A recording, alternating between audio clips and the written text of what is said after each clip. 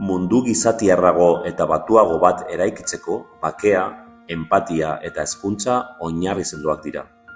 Balio horietako bakoitzak funtzio berezia dauka gizarte justu, harmoniatsu eta iraunkorrago bat sortzeko.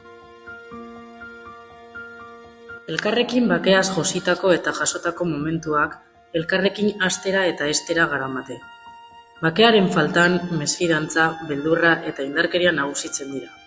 Gizarteak zatituz eta bakoitzaren gaitasunetatik urrunduz.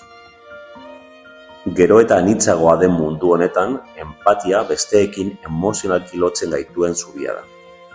Inguratzen gaituzten pertsonen lekuan jartzeak, haien esperientziak, sufrimenduak nahiz pozak ulertzen laguntzen digute.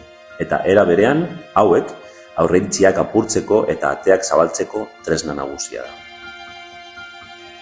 Hezkuntza bakearen eta enpatiaren oinarria da, eta pentsamendua aldatzeko ahalmena dauka.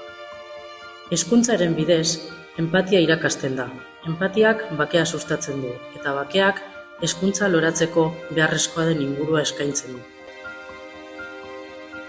Gure kultura, erlijio edo pentsamenduak ezberdinak izan arren, helburu berdina daukagu. Eta hau, itxaropenez eta duintasunez margozatako mundu justuago eta hobeago bat sortzea da. Hormak eraitziz eta zubiak eraikitzen. Bakea gugan hasten delako.